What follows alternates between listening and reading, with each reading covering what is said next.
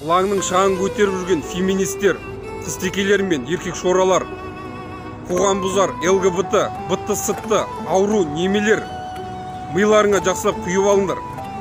Келешекте осы қоғамнан, осы елден бір-бірлеп жоқ боласыңдар. Өткенде шетелдің ақшасына біреулердің қолдауымен оңтайлы сәтті қулықпен пайдаланып кеттіңдер. Жүректерің жарылып, мақтанып, қуанып жүрген боларсыңдар. Қуаныштарың алысқа созыла қоймас. Ел естіпесе де, осыдан 1,5 жыл бұрынғы оқиғаны сендер жақсы білесіңдер. Конституция күнін проституция күніне айналдырып гей-парад жасаймыз деген күні осы Алматыда.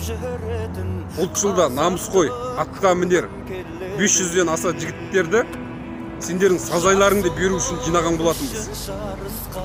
Саусақтарыңды бір жерлеріңе тығып жоқ болдыңдар. Естеріңде болсын.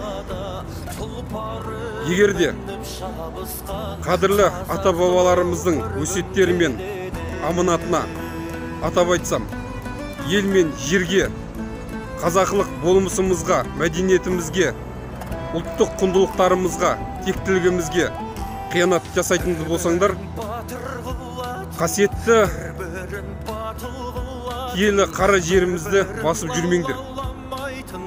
Кеудемізде жанымыз, тамырымызда қанымыз тұрғанда, сендер секілді шірік жұмыртқаларға бостандық беріп, қайраңдатып қоймаспыз.